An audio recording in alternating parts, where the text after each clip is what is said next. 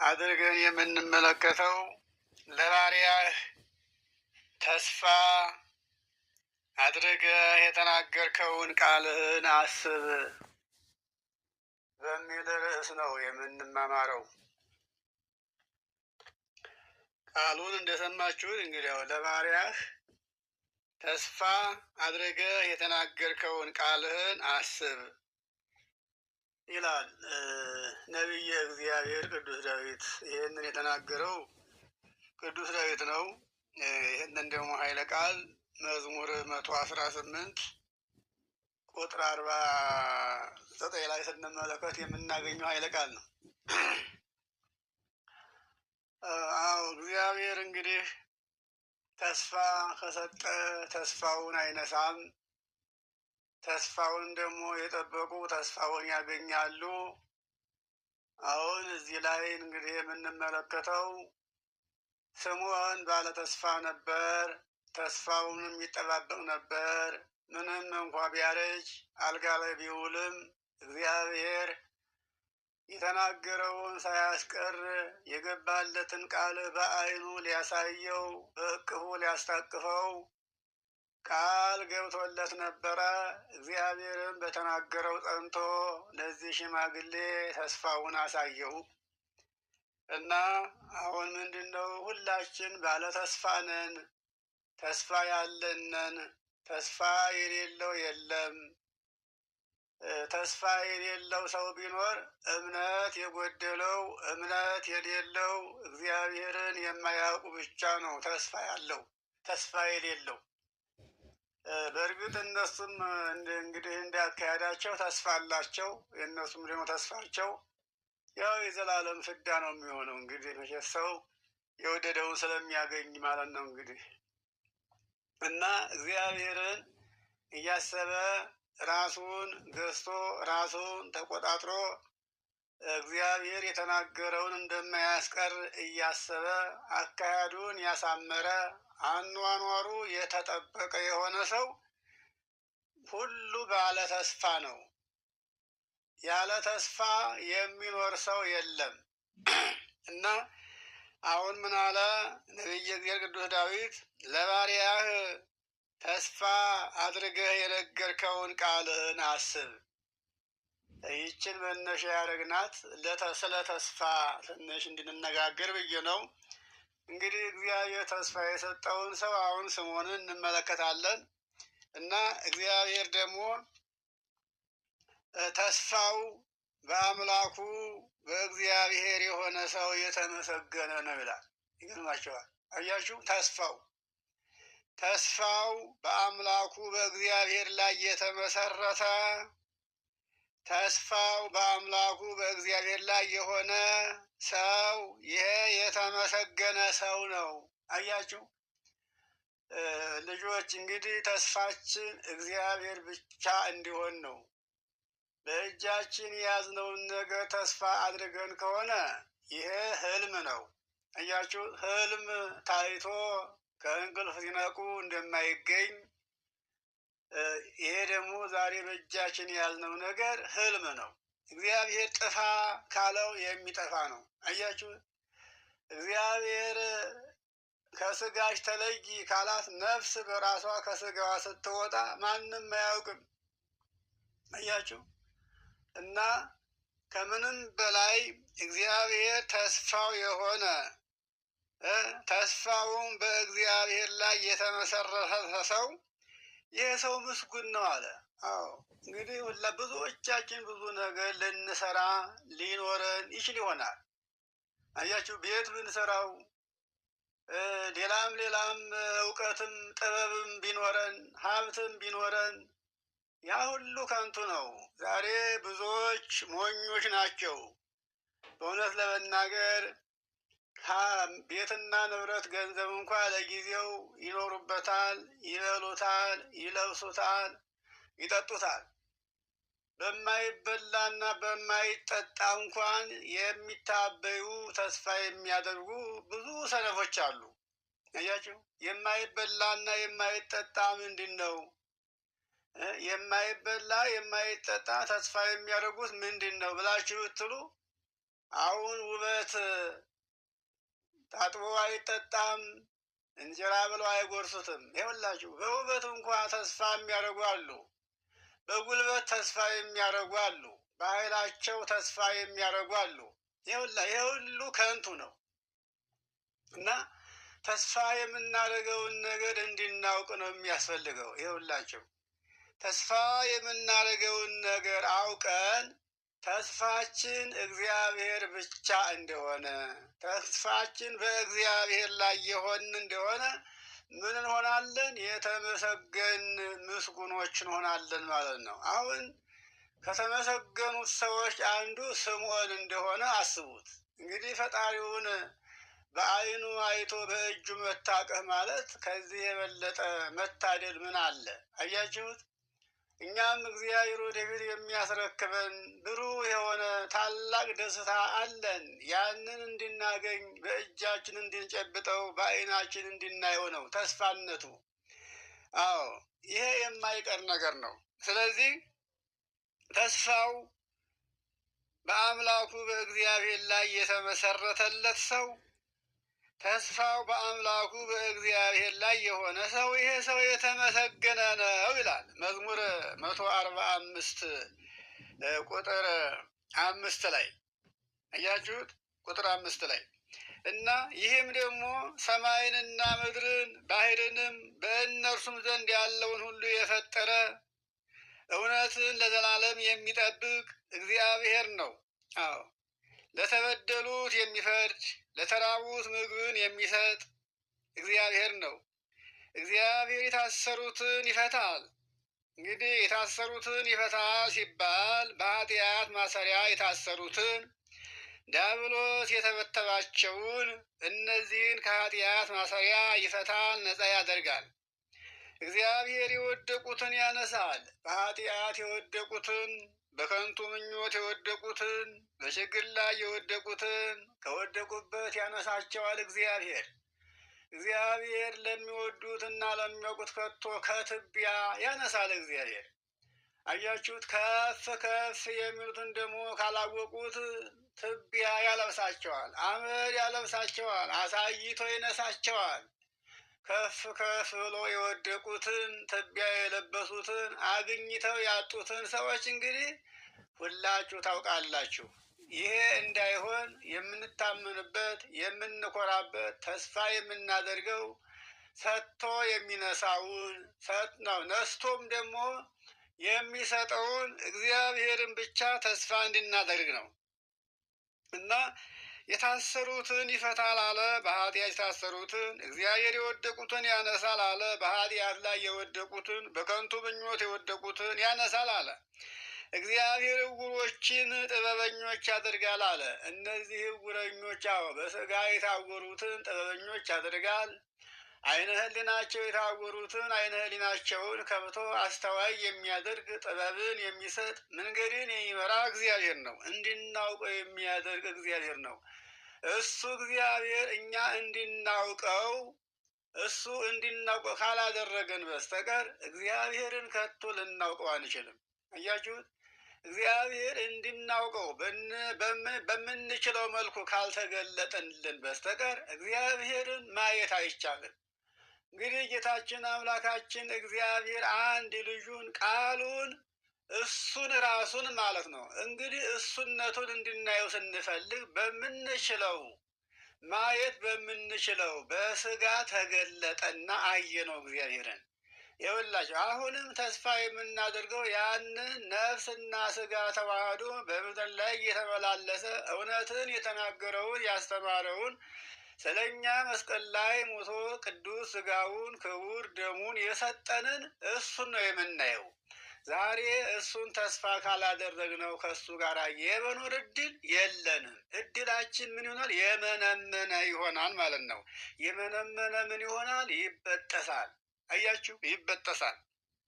ስለዚህ እግዚአብሔር ጻድቃንን ይወዳል። ጻድቃን ማለት ዛሬ በዚህ ዓለም ላይ እያሉ ዓለምን አሸንፈው የሚኖሩ ዓለም ያልባረከቻቸው ሥጋዊ ነገር ያልፈተናቸው ከፈተና የወጡ ጻድቃን ናቸው። ጻድቃን ማለት እውነተኞች ማለት ነው። ጻድቀ ብሎ እውነተኛ ሆነ ይላል። ጻድቅ ሲል እውነተኛ፣ ጻድቃን ሲል እውነተኞች ማለት ነው። ይኸውላችሁ እና እግዚአብሔር ጻድቃንን ማለት እውነተኞችን ይወዳል። እውነትን የሚወዱትን ሰዎች እሱ ይጠብቃቸዋል እንደ ዓይን ብሌን። የዓይን ብሌን ማለት ይቺ ዓይናችን ላይ የምታየዋ ብረቷ ነች። አሁን እሷን እንዴት አድርገን እንደምንጠብቃት ታውቃላችሁ? ይኸው የዓይናችን ሽፋሽፍት ሌላ ስራ የለውም። የዓይናችን ሽፋሽፍት የሚጠብቀው ዓይናችን ነው። ትንኝ እንዳይገባብን፣ አቧራ እንዳይገባብን። ይኸውላችሁ እንግዲህ የዓይናችን ሽፋሽፍቱ ያችን ብሌን ራሱ ይጠብቃል። ይኸው ሲንቀሳቀስ እጃችን አይነካው፣ ምን አይነካው፣ ራሱ ያችን ብሌን ይጠብቃታል። ይገርማችኋል። እግዚአብሔር እኛን የሚጠብቀን እንደዚህ ነው። ይሄ ደግሞ የሚሆነው እውነተኞች ልጆች፣ እውነተኞች ጻድቃን የሆንለት ነው። ስለዚህ እግዚአብሔር ስደተኞችን ይጠብቃል። የትም ሀገር እንሂድ፣ የትም በረሃ እንግባ፣ የትም ሀገር አውሬ ቢከበን እግዚአብሔር ጋር ከሆነ ያለነው ከቶ እኛን የሚያሸንፈን ወይም የሚያጠፋን አንድም ነገር የለም። ለዚህ ነው ሐዋርያው ቅዱስ ጳውሎስ እንዘ እግዚአብሔር ምስሌነ መኑ ይክለነ፣ እግዚአብሔር ከእኛ ጋር ከሆነ ከቶ ማን ያሸንፈናል ያለበት ሐዋርያው ጳውሎስ። ለዚህ ነው ይሄንን ሮሜ 8 ከቁጥር 28 ጀምረ ስንመለከት የምናገኘው ኃይለ ቃል ነው። እና እግዚአብሔር ስደተኞችን ይጠብቃል። ከእሱ ጋር ከሆኑ ማን ያሸንፋቸዋል? ማንስ ያጠቃቸዋል? አብርሃም ዘሮቹ በግብፅ ምድር እና በከነአን 430 ዘመን ስደተኞች ነበሩ። ግን ስደተኛ ሆነው እንደ ባላባት ይኖሩ ነበረ። አያችሁ፣ ከሀገሪቱ ሰዎች የበለጠ ኑሮ ይኖሩ ነበረ። ግን በሰው ሀገር ነው ኑሯቸው። ግን በሰው ሀገር እየኖሩ አኗኗራቸው እንደ ባላባት ነበር የሚኖሩት። የሚያኖራቸው ማን ነበረ? እግዚአብሔር ስለሆነ ማለት ነው። ስለዚህ በየትም ቦታ እንኑር፣ አኗሪያችን የሚያኖረን እግዚአብሔር እንዲሆን እሱን ተስፋ ማድረግ የመጀመሪያ ስራችን ይሄ ነው የሚሆነው። እንግዲህ አንዱ የክርስቲያን የመጀመሪያ ስራው ይሄ ነው። ስለዚህ አሁን ምንድን ነው? ስለ ተስፋ አንስተን ነው። አዎ ለባሪያህ የሰጠኸውን የተስፋ ቃልህን አስብ የተባለው እግዚአብሔር ነው። ለባሪያው የገባውን ቃል እሱ አይረሳም። ግን ያ ባሪያ ቃል እንደተገባለት ተስፋ እንደተሰጠው ሆኖ ካልተገኘ ተስፋው ምን ይሆናል? ህልም ሆኖ ይቀራ ማለት ነው። አያችሁ፣ እግዚአብሔር ለሚታዘዘውና ለሚገዛው ፈቃዱን ለሚፈጽምለት ነው ባለ ተስፋ አድርጎ ተስፋውን የሚፈጽምለት። ዛሬ ሁላችን ባለ ተስፋ ነን። ግን ተስፋችን እንዳናጣ ምን እናድርግ የሚለውን ነገር መጨረሻ ላይ እንመለከተው ይሆናል። ሌላው በትንቢተ ኤርምያስ ምዕራፍ 17 ቁጥር 5 ላይ የተመለከትን እንደሆነ ይሄንን ኃይለ ቃል እናገኘዋለን። ይገርማቸዋል። እግዚአብሔር እንዲህ ይላል፣ በሰው የሚታመን ስጋ ለባሹን ሁሉ መከታ የሚያደርግ ይሄ የተረገመ ነው፣ እርጉም ነው። እያችሁ በሰው የሚታመን፣ በገንዘብ የሚታመን፣ በስልጣን የሚታመን፣ በውበቱ የሚታመን፣ በጉልበቱ የሚታመን የተረገመ ነው ይላል። እንግዲህ ይኸውላችሁ እርጉም፣ እንደዚህ የተረገመ ፍጥረት የለም። ይኸውላችሁ እንግዲህ ዛሬ ብዙዎቻችን በዚህ ጉዳይ ላይ ሁላችንም እጃችን አለበት። የምንመካበት ምንም ለምንም የማይሆን ነገር፣ የማይጠቅም ነገር የሚያስመካን ሰዎች ጥቂቶች አይደለንም። ጥንቃቄ ልናደርግ የሚገባን እንደው አለን ብለን ተስፋ ያደረግነው ነገር ሁሉ እግዚአብሔርን ካሳዘንነው ከእጃችን ላይ አንስቶ ባዶ እንደሚያደርገን ይሄንን ነው ማሰብ ያለብን። ይገርማቸዋል። እንደው ገንዘቡስ ሀብቱስ ይጥፋ ይሂድ ይውሰደው ተሰርቶ ይገኛል። ግን ሰርተን ማግኘት እንዳንችል ዓይናችን፣ እጃችን፣ እግራችን፣ ጆሮአችን ቢነሳን በቃ ሰርቶ ማግኘት አይቻልም። ማግኘት አይቻልም። ሰርቶ እንኳ የዕለት ራት ማግኘት መብላት አይቻልም። ይኸውላችሁ እግዚአብሔር እንደዚህ ነው እና እግዚአብሔር በሰው የሚታመን ሰው ስጋ ለባሹን ኃይሉ ክንዱ የሚያደርግ ሰው ልቡ ከእግዚአብሔር የራቀ ሰው የተረገመ ነው አለና ይሄ ሰው አለ በምድረ በዳ እንዳለ ቁጥቋጦ ነው። መልካም ዘመን ሲመጣ መልካሙን ዘመን የማየት እድል የሌለው ሰው ነው። አዎ ይኸውላችሁ እንግዲህ በበረሃ ያለ ቁጥቋጦ ለምንም አይጠቅምም። ዕጣ ፈንታው በእሳት ነው የሚቃጠለው። አያችሁ፣ ለማገዶ እንኳን አይታሰብም። ዕጣ ፈንታው በእሳት መቃጠል ነው እና ቀጥሎ ምን አለ? ቁጥር 7 ላይ በእግዚአብሔር የሚታመን ግን አለ እምነቱም እግዚአብሔር የሆነለት ሰው ይሄ የተባረከ ነው፣ ምስጉን ነው አለ። ምስጉን ይሄ ሰው በውሃ አጠገብ በወንዝ ዳር እንደተተከለ ዛፍ፣ አዎ ስሩን እንደሰደደ ፀሐይ ሲመጣ ድርቅ ሲመጣ ድርቅ የማያስፈራው ቅጠሉ የማይደርቅ ፍሬውንም በየዓመቱ ለባለቤቱ እንደሚያስረክብ ዛፍ ነው። ይሄ ማን? ተስፋ ያለው ሰው፣ በተስፋው ጸንቶ የሚኖር ሰው፣ እግዚአብሔር ተናግሮ የማያስቀር ምሎ የማይከዳ አምላክ መሆኑን የሚያገናዝብና ይህን ተስፋ አድርጎ የሚኖር ሰው የተባረከ ሰው ነው አለ። እንግዲህ በዚህ በተስፋቸው ከተባረኩት ሰዎች ብዙ ሰዎች ባለ ተስፋዎች አሉ። በተስፋቸው ጸንተው የኖሩ እግዚአብሔር የባረካቸው የጎበኛቸው ሰዎች ብዙዎች ናቸው። እንግዲህ ከብዙዎቹ አንዱ ዛሬ ጌታችንን አምላካችንን ኢየሱስ ክርስቶስን በእቅፉ የታቀፈው ስምዖን ነው።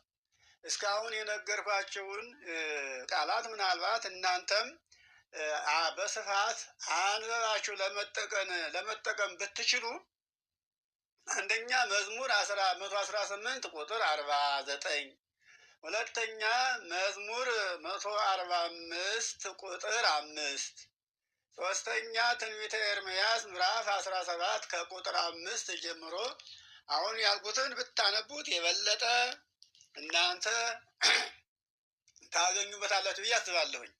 ሌላው ከአሁን በኋላ ቀጥሎ ያለውን ደግሞ እስኪ ስለ ስምዖን ሕይወት እንመልከት። ከባለ ተስፋው ሰው እንግዲህ እኛ ስምዖንን አይተን እኛም ከስምዖን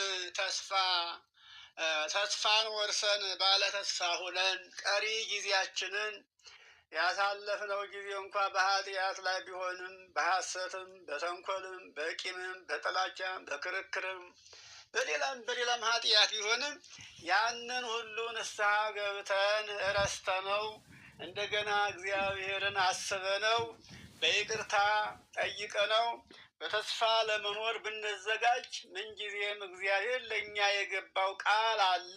ያን ቃላችን እንዲፈጽምልን ከስምዖን ተምረን እኛም በተስፋ ላይ ጸንተን ለመኖር እንድንችል ስምዖንን እንመለከታለን። አያችሁ፣ ስምዖን ማለት እንግዲህ አረጋዊ ሽማግሌ ነው። በአልጋ ላይ ተኝቶ የኖረ ሰው ካላንቀሳቀሰው የማይንቀሳቀስ ሽማግሌ ነው እና ዛሬ ይሄ ሰው በዛሬዋ ቀን ምንድን ነው ያለው ያላችሁ እንደሆነ ጌታችንን አምላካችንን ኢየሱስ ክርስቶስ በታቀፈው ጊዜ ምን ሆነ? ታደሰ ነው የሚለው ስምዖንን። አያችሁ፣ ታደሰ። ይኸው ልክ እንደ ማን ነበር ያ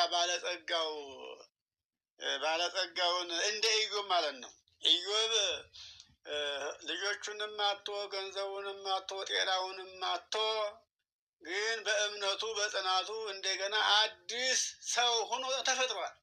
ይኸውላችሁ እና እንደ ኢዮብ ታደሰ ስምዖን። እንደ ኢያቄምና እንደ ሐና ታደሰ። ኢያቄምና ሐና ካፈጁ በኋላ ንግሥተ ሰማያት ድንግል ማርያምን ሲወልዱ ታድሰዋል። ይገርማቸዋል። እና ጌታችንን አምላካችንን ኢየሱስ ክርስቶስን በታቀፈው ጊዜ ታደሰ ነው የሚለው። ይኸውላችሁ እንግዲህ ዛሬ እመቤታችን ልጇን ከወለደች 40 ቀኗ ነው። ስለዚህ ወደ ቤተ መቅደስ በኦሪቱ እንደተጻፈው ሁሉ የኦሪቱ ሕግ እንግዲህ ወንድ ልጅ ተወልዶ በ40 ቀኑ ሴት ልጅ ተወልዳ በ80 ቀኗ ወደ ቤተ መቅደስ የሚገባውን መስዋዕት ይዘው ይሄዳሉና በዚያ መሰረት ይዛው ሄደች ወደ ቤተ መቅደስ። እግዚአብሔር ደግሞ ስምዖንን ወደ ቤተ መቅደስ ሄዶ የማያውቀውን ሰውዬ በዚያች ቀን ቤተ መቅደስ እንዲሄድ ቀሰቀሰው። እግዚአብሔር አስቡት እንግዲህ ቀሰቀሰው። ሲቀሰቅሰው ቤተ መቅደስ ሲሄድ ጌታችንን አገኘው። ያንን የተነገረለትን ቃል ተስፋውን አገኘውና ታቀፈው። ይገርማችኋል። በዚህ ጊዜ ነው እንግዲህ ስለ እመቤታችንም ስለ ጌታችንም ስምዖን የተናገረው ኃይለ ቃል እንግዲህ ይላል። ግን ስምዖን መጀመሪያ ምን አይነት ሰው ነበረ የሚለውን ታሪኩን ወደ ኋላ መለስ ብለን ስለ ስምዖን ታሪክ ትንሽ እናውሳ። አዎ እንግዲህ የሉቃስ ወንጌል አሁን ቅድም በተነበበው የሉቃስ ወንጌል ምዕራፍ 2 ቁጥር 25 ላይ ያለው ኃይለ ቃል ስንመለከት ወሃሎ አሐዱ ብእሲ በኢየሩሳሌም ዘስሙ ስምዖን ይልላቸዋል። ምን ማለት ነው? በኢየሩሳሌም ስምዖን የሚባል አንድ ሰው ነበረ አለ። ይህም ሰው ደግ ሰውና ጻድቅ ሰው ነበረ። ጻድቅ ማለት ቅድም ነግሬያቸዋለሁ፣ እውነተኛ ማለት ነው። አያችሁ፣ ጻድቅ ማለት ግሱ ጸድቀ ብሎ እውነት ሆነ ነው። ጻድቅ እውነተኛ የሆነ ፍጹም እውነትን ብቻ የሚያስብ እውነትን አስቦ እውነትን የሚናገር እውነተኛ ሰው ነበረ። አዎ በኢየሩሳሌም የሚኖረው ሰው ስምዖን የተባለ ሰው እውነተኛ ሰው ነበረ ይልና ወይሴፈው ይርአይ ፍስሐሆሙ ወመራይቶሙ ለእስራኤል። አያችሁ ምን ያደርግ ነበረ? የእስራኤልን ድህነት ያይ ዘንድ ተስፋ ያደርግ ነበረ። አያችሁ የእስራኤልን ድህነት እግዚአብሔር ለአብርሃም ለዘሩ የገባውን ቃል ኪዳን አያችሁ ለአብርሃም ዘር የገባውን ቃል ኪዳን ለማየት ተስፋ ያደርግ ነበረ። ይሄ ተስፋ እግዚአብሔር አሁንም በትንቢተ ኤርምያስ ምዕራፍ 31 ከቁጥር 31 ያለ ኃይለ ቃል ስንመለከት እግዚአብሔር እንዲህ ይላል፣ በኋላ ዘመን ለእስራኤል እንደገባሁት ከእስራኤል ጋር እንደገባሁት ያለ ቃል ኪዳን ሳይሆን አዲስ ቃል ኪዳን አደርጋለሁ ይላል እግዚአብሔር። ይገርማችኋል። ኤርምያስ ምዕራፍ 31 ቁጥር 31 ስትመለከቱት እግዚአብሔር በኋላ ዘመን አለ ከእስራኤል ጋር እንደገባሁት ያለ ቃል ኪዳን ሳይሆን አዲስ ቃል ኪዳን አደርጋለሁ ብሎ ነበረ። ከእስራኤል ጋር የገባው ቃል ኪዳን እንዴት ነበር ያላችሁ እንደሆነ እንግዲህ ይህን በኦሪቱ ነው የምንመለከተው። በእብነ በረድ ቃሉን ሕጉን ጽፎ ሰጥቶ ነበረ። ያ በእብነ በረድ የነበረው ሕጉ ከእብነ በረድ ወጥቶ በድንግል ማርያም ማኅፀን አድሮ አያችሁ ለእኛ ለሰው ልጆች የሚሰጠው ሰው ሆኖ ተገልጦ የምናየው ክርስቶስን ነበረ። አሁን እግዚአብሔር ከእኛ ጋር ቃል የገባው ቃል ኪዳን ምን ነበረ? በልጁ ደም ዋጀን። ልጁን አሳልፎ ለእኛ መስዋዕት አድርጎ አቀረበ። በልጁ መስዋዕትነት እኛ ደግሞ ወደ ቀደመ ክብራችን ተመለስን። ይህ ነው ቃል ኪዳኑ። ሥጋዬን የበላ ደሜን የጠጣ የዘላለም ሕይወት አለው ብሎ ጌታ የተናገረው የማይፋቅ የማይሰረዝ የማይደለዝ ቃል ኪዳን ይሄ ነበረ እና ይሄንን ነበር ተስፋ ያደረገው ይሄ ስምዖን። አያችሁት? ተስፋ ያደረገው የእስራኤልን ድህነት ለማየት ተስፋ ያደርግ ነበረ አለና ወመንፈስ ቅዱስ ላዕሌሁ፣ እሱም ደግሞ መንፈስ ቅዱስ ያደረበት ሰው ነበረ። ይኸውላችሁ ሰው መንፈስ ቅዱስ ካላደረበት እግዚአብሔርን በተስፋ መጠባበቅ አይቻለውም። አያችሁ እግዚአብሔር የሰጠውን ተስፋ ለማግኘት መጀመሪያ የመንፈስ ቅዱስ ማደሪያ ሆኖ መገኘትን ይጠይቃል። ዛሬ በሁላችን ላይ መንፈስ ቅዱስ ያድራል ወይ? ይሄ ያጠያይቃል። እንግዲህ ይህንን ስራችንን መመርመር ነው። መቼስ አንዱ የአንዱን ኃጢአት አንዱ የአንዱን ንጽህና አያውቅም። ንጽህናችንንም እድፈታችንንም የሚያውቀው እግዚአብሔር ብቻ ነው። ግን ስራችን፣ ሀሳባችን መንፈስ ቅዱስ እንዲያድርብን ያደርጋል ወይ ብለን ራሳችን መመርመር እንችላለን። የምናስበውን ሀሳብ የምንሰራውን ስራ ራሳችንን በራሳችን ማወቅ እንችላለን። ስለዚህ ይህንን የመሰለ ክፉ ስራ እየሰራሁኝ ይህንን የመሰለ መጥፎ ሀሳብ እያሰብኩኝ እግዚአብሔር መንፈስ ቅዱስ እንዴት በእኔ ላይ ሊያድር ይችላል? መንፈስ ቅዱስ በእኔ ላይ ካላደረ የተሰጠኝን ተስፋ እንዴት ላገኘው እችላለሁ ብሎ ማሰብ ይሄ የኛ ፈንታ ነው። የእግዚአብሔር ፈንታ ግን ስራው ማስተማር ነው፣ መንገር ነው። እንድንመለስ ማስጠንቀቅ ነው ስራው።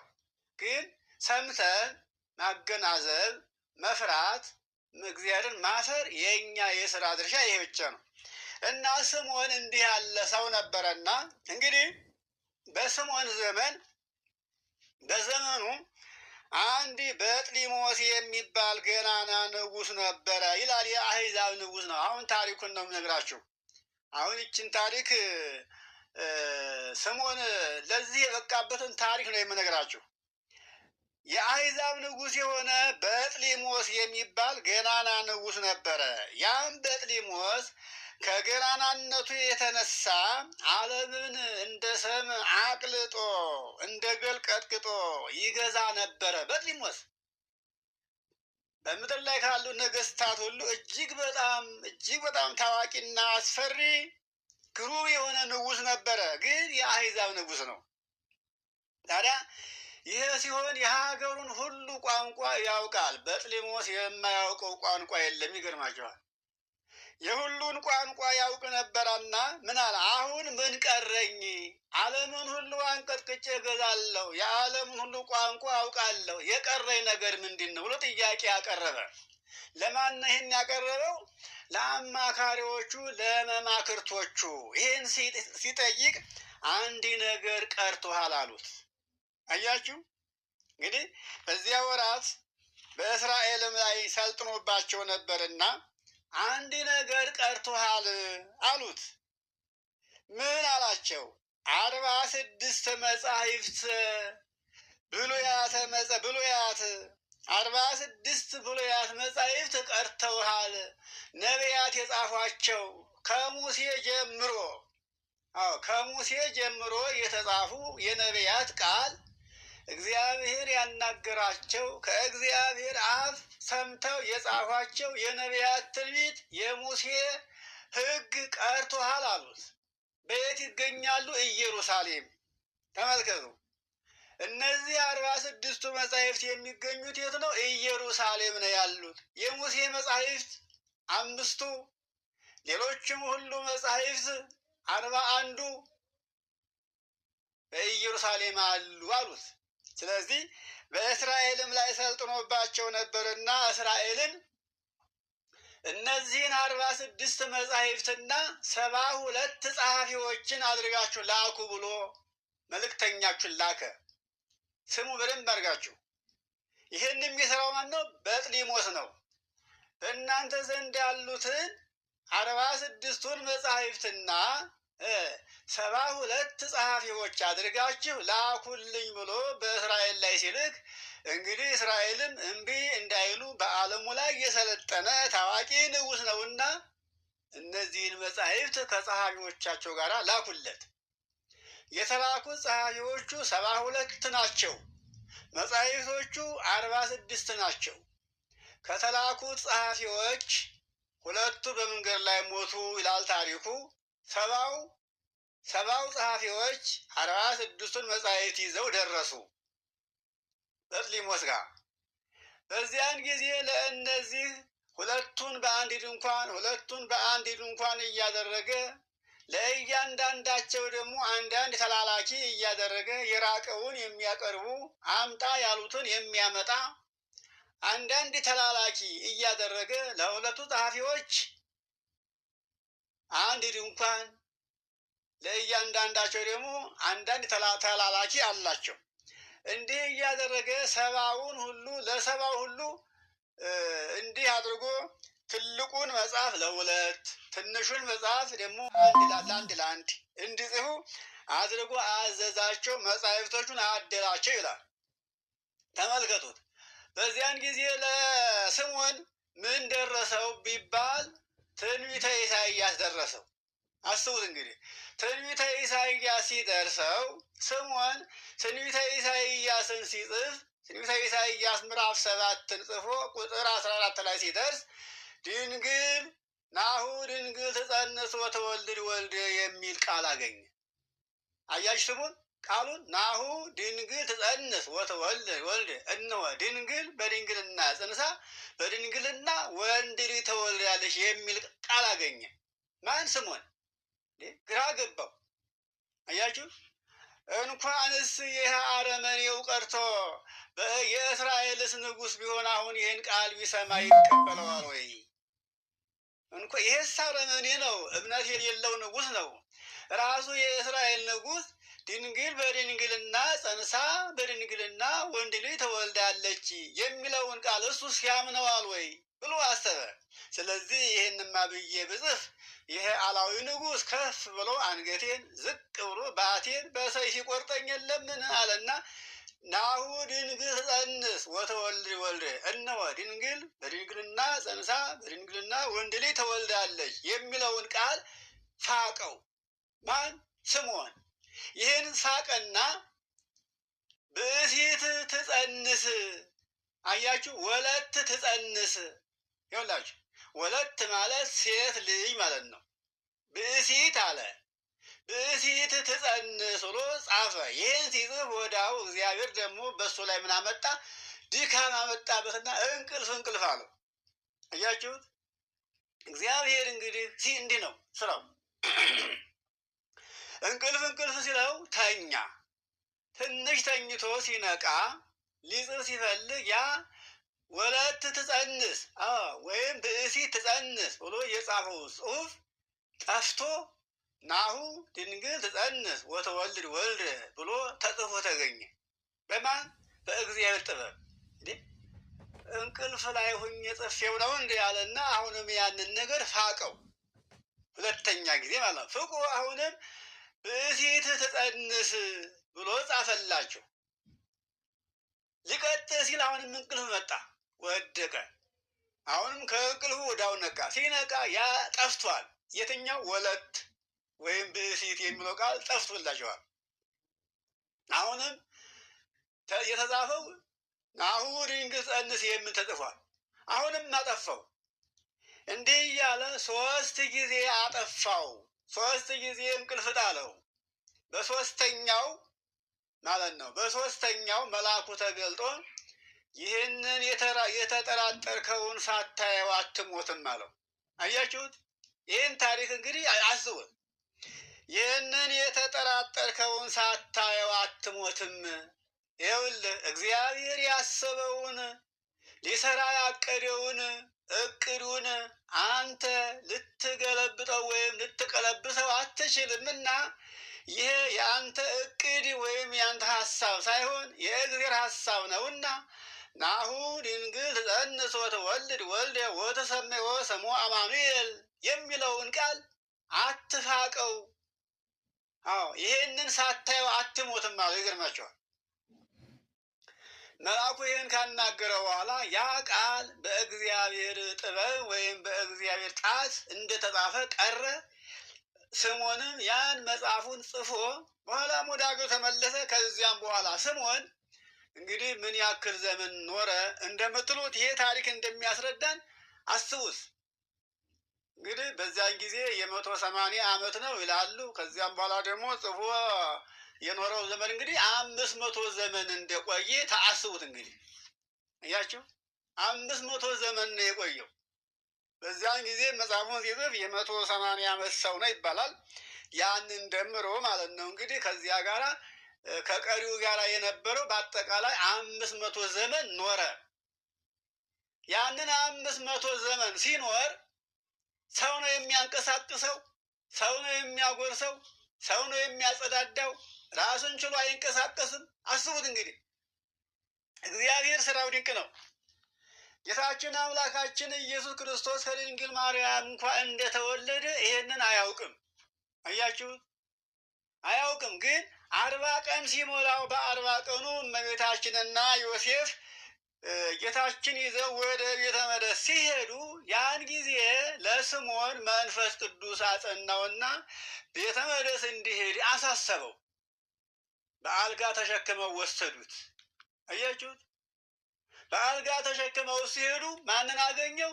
ፈጣሪውን እዛ አገኘው። ድንግል ትጸንስ ወትወልድ ወልደ የተባለውን ያንን ሲፍቀው የነበረውን ቃል እዛ ላይ ያገኘው። ይገርማቸዋል። ያን ጊዜ ወተወክፎ ስምዖን ይላል። ስምዖን ያን ተቀበለውና አቀፈው። እስመ ረአይንቴ አለ። የዛ ጊዜ አዎ ከእንግዲህ ዓይኖች አይተውሃልና የእስራኤልን ትድግና አይተዋልና። አያችሁት? ይኸውላችሁ ከአሁን በኋላ እኔን ባሪያህን እንግዲህ አሰናብተኝ ይበቃኛል እስከ ማለት ድረስ ነው የደረሰው። ጌታችን አምላካችንን የታቀፈው ዕለት ስምዖን ታደሰ። የታደሰ ዕለት ጌታ ምን አለው? በቃ ይሄን ዓለም ወደኸው ከሆነ እዚህው ላኑርህን አለው፣ ሳትሞት። አያችሁ? ይህንን ዓለም ወደኸው ከሆነ እንዳትሞት አድርጌ ላኑርህን ነው ያለው። ይገርማል። እዚህ ትርጓሜው ላይ ነው የሚናገሩ። ይገርማቸዋል። በዚህ ጊዜ ስምዖን ምን አለ? አቤቱ ጌታ ሆይ ባሪያህን ዛሬውኑ አሰናብተው። አልጋ ላይ ተኝቼ የሚያነሳኝ የሚያንቀሳቅሰኝ ሰው ሁኖ በራሴ ሳልንቀሳቀስ የሰው ሸክም ሁኜ የኖርኩትን ኑሮን ያውቃለሁኝና እንኳን ዓይኖቼ አዩህ እንኳን እጄ ዳሰስህ እንጂ አንተን ካየሁኝስ በዚህ ዓለም መኖር አልሻም። ይኸውላችሁ ማን ናፍቆት ነበረ? ያ መንግሥተ ሰማያት ናፍቆት ነበረ። እግዚአብሔርን መውረስ ፈልጎ ስለነበረ እንግዲህ እግዚአብሔርን በምድር እያለ አንተ በምድር እስካለ ድረስ ከአንተ ጋር ልኖር አላለም። እኔ ቀድሜ ልሄድን ያለ ይገርማችኋል። ቀድሞ ሄደ። አቤቱ ጌታ ሆይ ታድሻለሁ፣ አድሰኸኛል፣ ግን በዚች ምድር ላይ ከእንግዲህ ኑሮ በቃኝ፣ ፈቃድህ ይሁን አሰናብተኝ ነው ያለው። አያችሁ የዚያ ልጆች እና ይህ ምን ይመስላል? የስምዖን ታሪክ እንግዲህ ይሄ የተፈጸመው እንግዲህ በዛሬው ዕለት ነው። አያችሁ ይሄንን ነው አንድ ክርስቲያን ማለት እንግዲህ ይሄንን ታሪክ ማወቅ አለብን። ይህን ስናውቅ ምን ያደርገናል? ሕሊናችንን ይገዛዋል። አያችሁ ስሜታችን የሚገዛን ይሄ ነው። ውስጣችን የሚኮረኩረን ነገር ቢኖር ይሄ ነው። ካላወቅን ካልተማርን ምንጊዜም አናውቅም። መስማትና ማወቅ ሁለቱ የተለያዩ ናቸው። በመስማት ከሆነ ይህንን ቃል የማያምኑትም ይሰሙታል፣ አሕዛቡ መናፍስቱም አጋንንትም ይሰሙታል። ግን የእኛ ነው የእኛ መዳኛ ነው ብለው ሊቀበሉት አያስቡትም። እኛ ግን ተስፋችን ይሄ ነው። አያችሁ በምድር ላይ ስንኖር ተስፋ የምናደርገው ስምዖን ተስፋውን አየ፣ ተስፋውን ተቀበለ፣ በእጁ ዳሰሰ፣ በዓይኑ አየው። ተስፋውን ሲያገኝ ከአሁን በኋላ ከዚህ ዓለም ምን አለኝ አሰናብተኝ ነው ያለው። ይኸውላችሁ አሰናብተኝ አለው። በዚያችው ዕለት ነው እሱም የተሰናበተው። አያችሁ ጊዜ ልጆች እና በታቀፈው ጊዜ ታድሷል አለ። እንግዲህ ምንድን ነው ዋናው ቁም ነገራችን? አሁን ይሄንን የሰማ ነው። አዎ ታሪኩን ብዙ ጊዜም ቢሆን ተሰሙታላችሁ ስለማምን ነው። እና ይህን ታሪክ ሰምቶ ማወቁ ሰምቶ አውቆ መሄዱ ለውጥ እንደማያመጣ ታውቃላችሁ። አያችሁ እስካሁን ድረስ በሕይወታችን ብዙ ታሪክ ሰምተናል። አዎ የነቢያትን ታሪክ፣ የሐዋርያትን ታሪክ፣ የጻድቃንን ታሪክ፣ የሰማዕታትን ታሪክ ሰምተናል። አሁን እየሰማን ያለው ታሪክ ግን አንዱ የጌታችን ታሪክ ነው፣ ሁለተኛው የስምዖን ታሪክ ነው። ታሪኩ የተጻፈው እኛም ባለ ታሪክ እንድንሆን ነው። አያችሁት? ባለ ታሪክ መሆን ማለት ይሄን ዓለም መውደድ ባለ ታሪክ አያደርግም። አያችሁ በዚህ ዓለም እንደ ሥጋ ፍላጎት መኖር ባለ ታሪክ አያደርግም።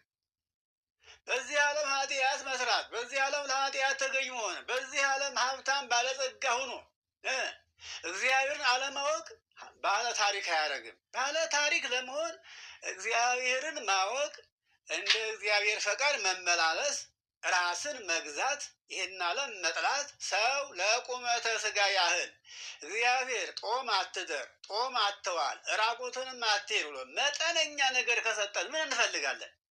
ይኸውላችሁ እንደው ገንዘብ ብንሰበስበው አንጠግብም። ሞት እንዳለ አናስብም። እንደው ስንሞት እንኳን ትራፊ ሆናችሁ ተብሎ እንኳን አይከተለንም እኮ ይገርማችኋል።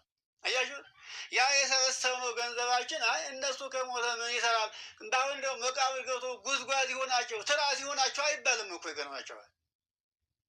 ሀብታም ሲሞት ሁሉ ደስተኛ ነው። ሀብታሙ ሲሞት ገንዘቡን የሚያገኝ እየመሰለው ዘመድ አዝማዱ ደስተኛ ነው የሚካፈል እየመሰለው እና እግዚአብሔርን በእውነት ፈጣሪያችንን እንድናገኘው ይሄ ታሪክ ዛሬ ያሳለፍነውን ሕይወታችንን እንድንዘነጋ እንድንረሳ በአመፀኝነት፣ በእልከኝነት፣ በሟርትም፣ በጥንቆላም፣ በሌላም ያሳለፍነውን ክፉ ዘመን እንድንዘነጋ ወይም እንድንጠላው ያደርጋል። ይሄ በእውነት እግዚአብሔር መንፈስ ቅዱስ ያደረባቸውና ያልተለየባቸው በእውነት ይሄ ያስመንናል። ይሄንን ዓለም አያስወድድም። እንደ አይነት ሕይወት አለ። እግዚአብሔር ለካ ቃል ለገባላቸው ሰዎች ቃሉን ይፈጽማል ብለን ብንል ይሄው ይፈጽማል። ተናግሮ የማያስቀር አምላክ ነው። ለአብርሃም የገባውን ቃል ሁሉ ፈጸመለት። ዘርህን በምድር ላይ እንደ ሰማይ ከዋክብት እንደ ምድር አሸዋ አበዛልሃለሁ ያለውን ቃል ፈጸመለት። አብርሃም እንግዲህ ብዙ ልጆች አሉት፣ ግን አንዱ የተመረጠው ይስሐቅ ነበረ። እስቲ የአብርሃምን ዘር የይስሐቅን ዘር ተመልከቱት። እንግዲህ እግዚአብሔር ከማን ዘር ነው ሰው የሆነው ብላችሁ ብታስቡ እኮ ከአብርሃም ዘር ነው። ከአብርሃም ዘር ከይስሐቅ፣ ከይስሐቅ ዘር ከያዕቆብ፣ ከያዕቆብ ዘር ከይሁዳ አብራክ።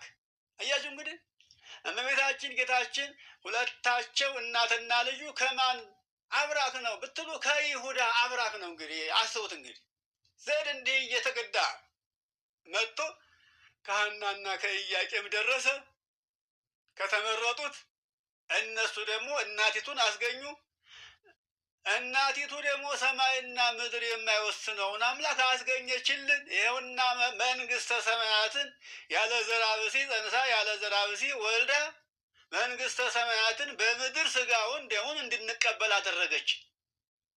ይኸውላችሁ እንግዲህ በዚህ የለበሰውን ስጋ የተዋሃደውን ስጋዬን ብሉ ደሜን ጠጡ አለ። ምክንያቱም የሰው ስጋ አይበላም። አስቡት እንግዲህ የሰው ስጋ አይበላ፣ አውሬ ብቻ ነው የሰውን ስጋ የሚበላው። የሰውን ስጋ ታውቃላችሁ አይበላም። ግን ለምን የሰው ስጋ በላን ብትሉ ያለ ዘራ ብእሲ የተገኘ ስጋ ስለሆነ ነው። አያችሁ?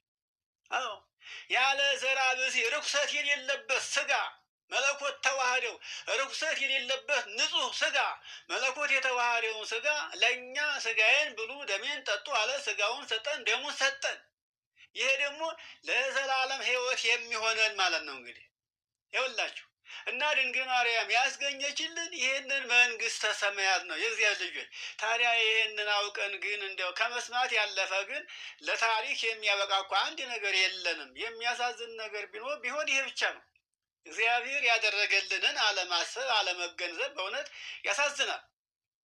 እንግዲህ ይህንን የምናስብበት የምንገነዘብበት ጊዜያችን ሰዓታችን አሁን ነው። አያችሁ ስምዖን እግዚአብሔር ቃል ስለገባለት ብቻ ነው ያንን 500 ዘመን ምጽዋት መጽቶ ጾሞ ጸልዮ አይደለም። ግን እግዚአብሔር በገባለት ቃል ግን ተስፋውን አጽንቶ በመያዙ ምንም እድሜው ቢረዝምም እግዚአብሔር ግን ቃሉን ፈጸመለት።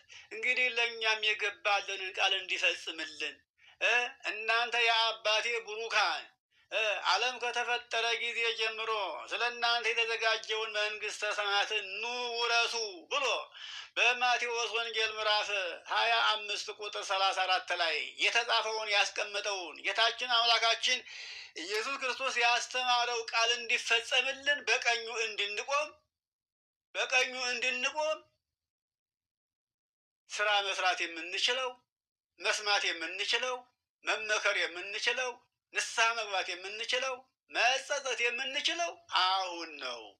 ይኸው ጾም ይመጣል እንጾማለን፣ ጾም ይመጣል እንጾማለን።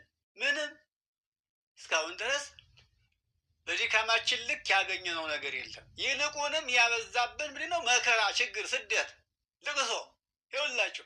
ስለዚህ የምንሰራው ስራ ሁሉ ከልብ የሆነ ስራ እንድንሰራ እንጂ እንዲሁ ዝም ብሎን ከአፋዊ የሆነ ስራ ከአንገት በላይ የሆነ ክርስትና ትርጉም የለውም። ትርጉም ያለው ክርስቲያን ሆነ እንድንገኝ ነው። ክርስቲያን እኮ ሞልቷል።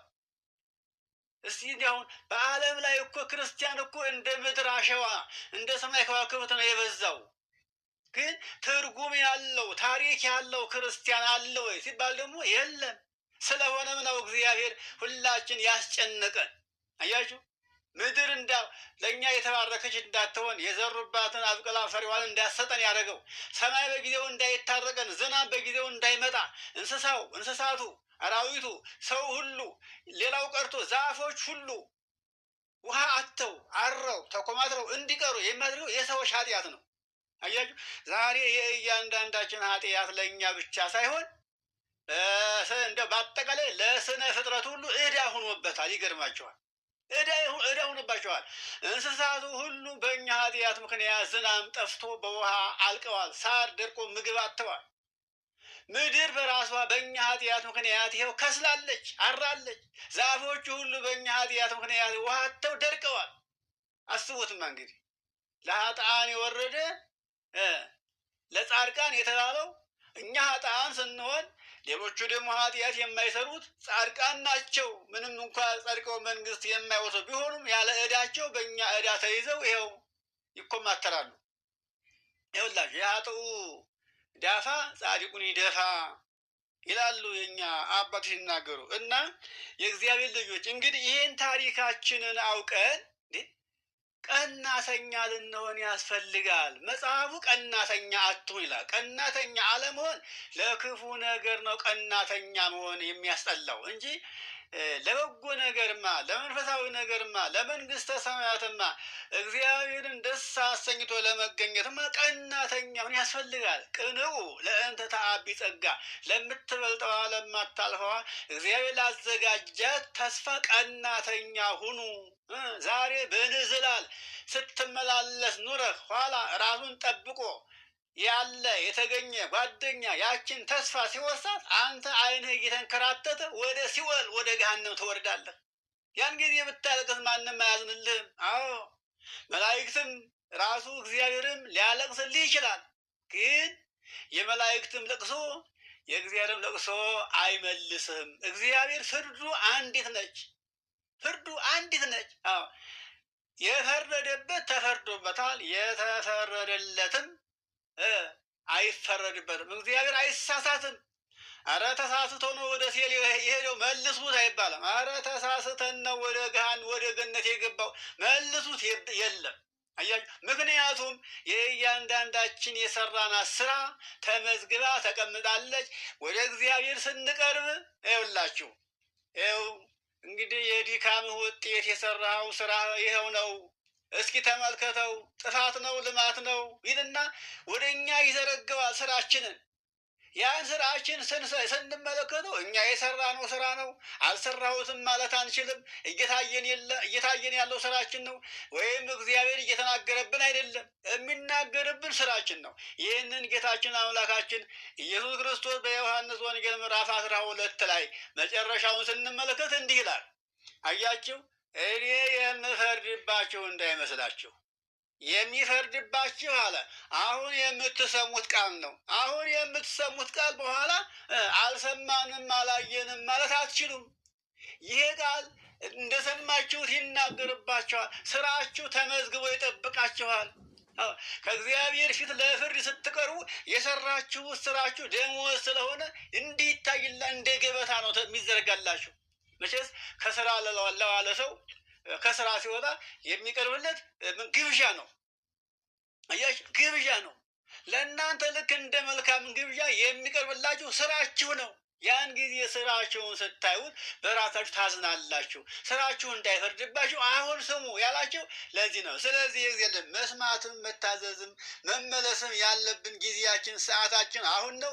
እንግዲህ ዛሬ ጥሩ ሰዓት ላይ ተገናኝተናል። ነገ ጾሙን እንጀምራለን። በዚህ ጾም ምንድን ነው የምንሰራው? እግዚአብሔር ምን ይፈልጋል? ምን ይወዳል? ንስሐ ገብተናል ወይ? ይቅርታ ጠይቀናል ወይ? ይቅርታ ተጠያይቀናል ወይ? የቀማነውን መልሰናል? የበደልነውን መልሰናል? ክሰናል? እስቲ ያስቡት። በሀሳብ የረከሰ የጎሰቆለ ልቡናችን፣ በማይገባ ስራ ላይ የረከሰ ስጋችን፣ ይሄ ሁሉ ታጥቧል ወይ? አሁን እኮ ጾም ልንጀምር ነው። ጾም ብቻ አይደለም፣ ስጋውን ደግሞ ልንቀበል እኮ ነው። ድፍረታችን በጣም ያሳዝናል። ይኸውላችሁ በዚህ ውስጥ ነው ያለ ነው እና እግዚአብሔር የትም ሀገር እንሂድ፣ የትም ሀገር እንሂድ፣ እሱን ብቻ እንያዝ። አገሩ ሁሉ የእሱ ነው። የወደቁትን ያነሳል፣ ስደተኞችን ይጠብቃል። ምንም የትም ሀገር ብንሄድ እኛ ስደተኛ አይደለንም። እግዚአብሔርን ከያዝን ዓለሚቱ የእግዚአብሔር ነች። ይኸውላችሁ ዓለሚቱ የእግዚአብሔር ነች፣ የማንም አይደለችም። የእሱ እስከሆነ ድረስ የትም ሀገር ብንሄድ እሱን ከያዝን እኛ ስደተኞች አይደለንም። ስለዚህ የእግዚአብሔር ልጆች አሁን እንግዲህ አምላካችን እግዚአብሔር በቸርነቱ በይቅርታው እንዲጎበኘን ጾማችንን ሱባኤያችንን በሰላም አስፈጽሞን በዚህ ጾም በዚህ ሱባኤ በእውነት መልስ አግኝተን እንዲያው አምላካችንን እኛም ምስክር ሁነን እግዚአብሔር ይሄን እንዳደረገልኝ ብለን ለምስክርነት እንድንበቃ ያስፈልጋልና እንዘጋጅ፣ ከልባችን እንዘጋጅ።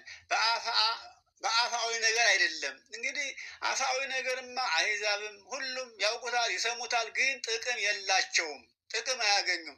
እኛ ደግሞ የጥቅም ሰዎች፣ የበረከት ሰዎች፣ የቤት ልጆች ሁነን እንድንገኝ እናስተውል፣ እንስማ። ሱባኤያችን በሰላም እንጀምራለን። ከነገ ጀምሮ እንግዲህ ፍቅር እንዲኖረን ሰላም እንድናገኝ ይህን ዓለም እንድንኖርበት እንጂ እንዲገዛን አልተፈጠረም። እንድንኖርበት ግን ለእኛ መቆያ ተዘጋጅቷል። ስንቆይ ግን አምላካችንን እያሰብን በልክ በመጠን በፍቅር በትሕትና በየዋህነት በቅንነት በታማኝነትና በእምነት እንድንኖር። እምነት ማለት እግዚአብሔርን ማመን፣ ታማኝ መሆን ደግሞ ለማንኛውም ታማኝ መሆን ነው። ለሁሉም ለእግዚአብሔርም ታማኝ ለሰውም ታማኝ እንሁን። ይሄ ሲሆን እግዚአብሔር ከዘመን ወደ ዘመን አሸጋግሮ ጾማችንም ሱባኤያችንን በሰላም አስፈጽሞ ለብርሃነ ትንሣኤው ያደርሰናል። ቀሪ ጊዜያችንን ባርኮ ደግሞ እንደ ምኞታችን እንደ ሀሳባችን ሊፈጽምልን ይችላልና እንግዲህ በተስፋ እንኑር ነው። አያችሁት?